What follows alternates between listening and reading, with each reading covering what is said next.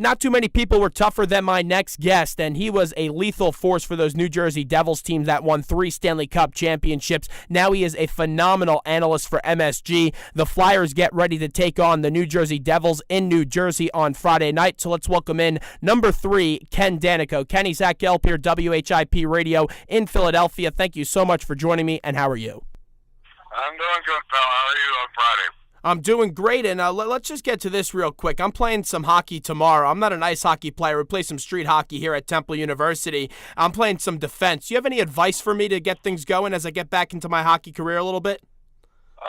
Keep your stick on the ice, point it toward the puck, and keep the forward to the outside. That's about as good as I can give you. Look at his chest. Well, there was not too many people that played the game tougher than you did. Did you like having that tough mentality? Because people, when they played you in your Devils defense, they legitimately feared you guys. Well, I think obviously it became a trademark or a staple of our franchise in our good years when we were going into the playoffs or vying for a Stanley Cup, that we were going to make it difficult to penetrate certainly the middle of the ice and in front of our goaltender, Marty Brodeur, and that was something that we laid our hat on. That was our identity. Every team, to be successful, you try to find your identity and what you're about, but it seemed that kind of was what we were molded on, and a lot of that's because of the defense we had. I mean, we had greats like Scott Stevens, Scott Niedermayer, Brian Rafalski, a lot of good players back there that made us rely on our defense a lot, but we had plenty of good forwards as well. We just made defensive hockey because the forwards helped out tremendously as well defensively. Ken Daneyko joins us on the hotline, Philly's #1 college radio station, WHIP. The Flyers are getting ready to take on the New Jersey Devils on Friday night. And Kenny, let's get to this. You see this Devils team, they lose Zach Parise in the offseason. He goes to Minnesota. This was a team that surprised a lot of people last year, and they got to a Stanley Cup Finals where they lost to a very hot Jonathan Quick team. Not too many people had the Devils getting off to this good of a start. Are you surprised by the start that they're off to right now this early into the season? Well, I'm not going to say surprised, but I didn't know what to expect, I guess, like a lot of people within their own organizations with a shortened season and a one-week training camp. But I never underestimate them, put it that way. I never underestimate, regardless of who comes in the lineup, who they lose in the offseason. Obviously, losing a Zach was a big blow, a great player, an elite player in this game. And everybody wanted to write them off because of that, but I certainly wasn't one of those guys. I haven't been in the organization as long as I have. I know you don't make up for a winning mentality in a team that sets the bar and standard and has a culture that they do. And like I said, set the standard as high as they do. That they believe in themselves, regardless who's in there, and guys come in and are able to play the system, and they know what's expected of them. So I believe they could still be a solid club. I didn't know whether they're going to manufacture all their goals. You miss a lot with Zach, but they do it by committee, and guys like David Clarkson have started off great, and then also had a great year last year, and they get scoring from everywhere. So that's always been a key with this team, not relying on one guy, so it doesn't hurt them as much as some other teams when you lose a star guy. But I didn't expect them to get out of the gate the first 12 games and only lose one in regulation. Obviously lost their second one yesterday. But I will say I certainly didn't think they were going to be a team that was not going to be on the outside looking in as far as the playoffs, like a lot of media did. And they have a very underrated coach as well in Peter DeBoer, who's been a great friend of this show. He's been on many times. But you look at upper management with Lou Lamoriello, and as you mentioned, the standards are always high. As a player, how much did you appreciate Lou when you were under his watch? Yeah, obviously being with Lou a long time, I mean, we knew we had a guy, an architect, shall I say, with the organization when Lou came in '88. That meant business. He was disciplined. He was going to give us structure, and he was going to do whatever it took to put his stamp in the organization. And he did that right away with us making the playoffs the first year he came to the team in 1988. He's tough. He can be very demanding at times and make it difficult on some guys, but he's always fair. He's very loyal, and he's a guy that knows the game very well and has been able to really keep the Devils organization a team that is always going to be reckoned with. And like I said, that's setting the bar a little higher every year, and always believing that not just making the playoffs is good, not just winning around. If you don't win it all, it's a disappointment. And look, we know that you're not going to win it every year, but that's the mentality I think you have to have as an organization, and Lou has really instilled that. And the rock for all those teams that when you won those championships was Martin Brodeur, who's still going strong at it, number 30 for the Devils. To you, is he the best goaltender of all time? Well, I might be a little biased because I played with him for a long time and he's a good friend, but I would have to say when it's all said and done, it seems like it's not done yet for him, like a lot of people thought a couple of years ago, possibly when the game dipped a little bit, but he's just come right back since last year's playoffs, and this season it looks like the old Marty Brodeur from the mid-90s. But yeah, I'd have to say, no question in my mind that when it's over with and his career winds down and he hangs up his skates, that for my money, he certainly is the best goaltender of all time. And I mean, I didn't see guys before me all that much. I like to say I'm a student of the game and follow a lot of players who came before me, but the guys in my era, along with Patrick Waugh, who's right there, but I certainly have to say Marty Brodeur is the best. Devils analyst for MSG, Ken Daneyko, joins us here on Philly's #1 college radio station, WHIP. Zach Gelb here with you. The Devils get set to host the Flyers coming in on Friday night. And continue to look at Marty. You were behind the scenes with this guy. You won championships with him. Just talk a little bit more about his work ethic from a guy that's been able to see him work day in and day out for so many years.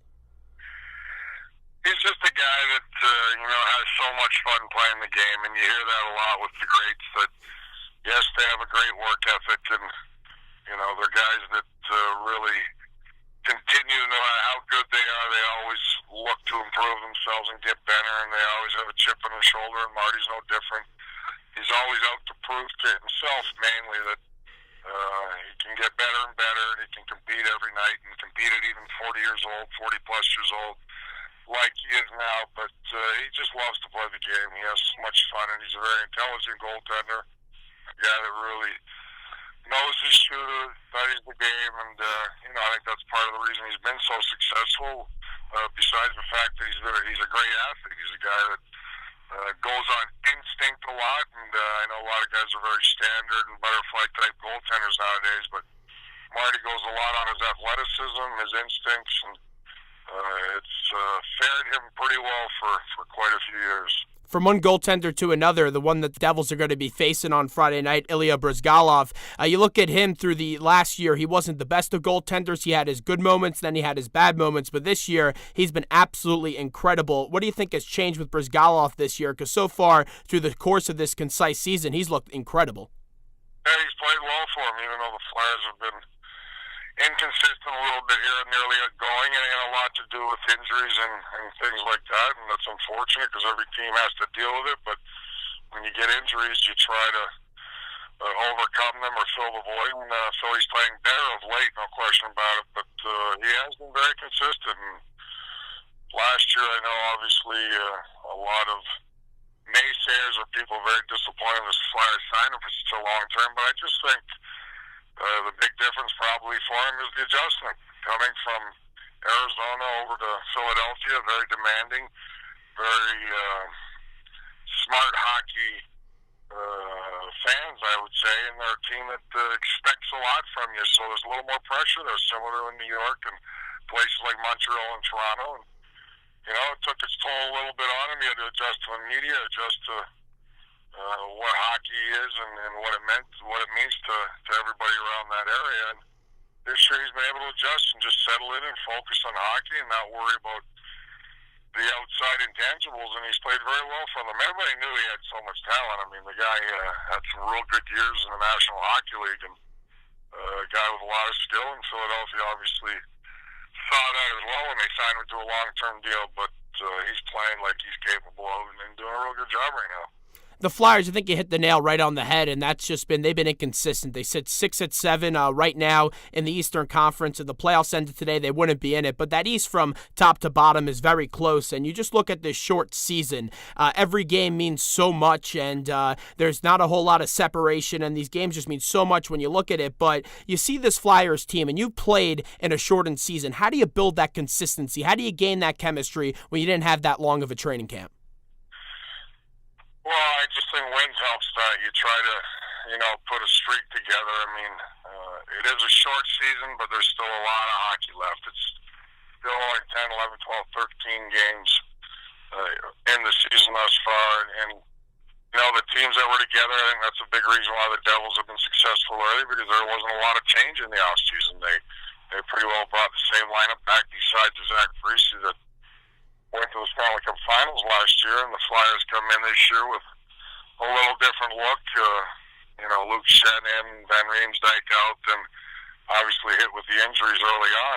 It takes its time, it takes its toll, especially when they only have a week training camp, but you can't make excuses. You just have to move forward, and I think what that's about is if you get yourself a streak together, 3, 4, 5 wins in a row, similar to what the Devils did of late, and they believed in themselves. You start to believe in yourselves. All of a sudden, you go the other way and lose 3, 4 games. It's tough to regain that confidence back. And as well as I do in this shortened year, that very tough to go through stretches where you lose 5 or 6 or 6 or 7. Whereas in a regular 82-game schedule, you can recover. And the Devils are getting there. They're finding their footing. But like I said, it's 3, 4, 5 game winning streaks that really bring you back, and you feel confident that, hey, we're back. We're the team that we expected we were going to be. Before we let you go, not too many people know this about yourself, but you are a big Met fan, just like myself, and Pitchers and Catchers reported this week, and I'm really not that all excited for this Mets team this year, just because of the fact that they're not going to be good once again, and we have to watch the Wilpons just not spend money once again from this Madoff thing. So, as a diehard Met fan like myself, when we should get to a game this year, Kenny, are you at least excited for this season? I'm always excited when baseball comes, but I don't get into it too much until we get in the playoffs of hockey or near the end of the year. I mean, this Pitchers and Catchers thing, I can't believe they're already reporting in February and getting baseball going. So I focus on my hockey, but yeah, I'm a diehard baseball guy. I enjoy the game, and a frustrated Met fan. I haven't even looked at too much of what they've done. I know it's not a whole lot. Not much right now, besides trading R.A. Dickey, the Cy Young Award winner, which was disappointing, and then obviously signing David Wright, so they got a foundation there. But I always like to root for the underdog. It's been in my DNA, I guess, since the early days with the Devils when we weren't very good. And I always believed that we were going to become good one day. So I guess I'm hoping for a miracle. That's why they call them Miracle Mets, that somehow, some way, with a lineup with not a lot of recognizable names, they can find a way to make it a competitive year. Well, Kenny, from your lips to God's ears, I really don't see it when I look at this Mets. And I can tell you this, if we do go to a game together, and I'm a big guy just like yourself, I could sit all the way downstairs, and you could go up in the 500 section, and we could have a full-out conversation, because there's absolutely nobody in that stadium. Yeah, they're going to have to change it. They have a beautiful building there. I've been there a few times and love the ballpark, so they're going to have to get a winner again, obviously, is most important to draw fans, and we will see. But let's hope they haven't played game 1 yet, and who knows, maybe there'll be a miracle. Well, you were fantastic today. I appreciate the time, the great Ken Daneyko, so thank you for coming on. Don't be a stranger to this show, and we'd love to talk to you again real soon. All right, pal. Have a good day.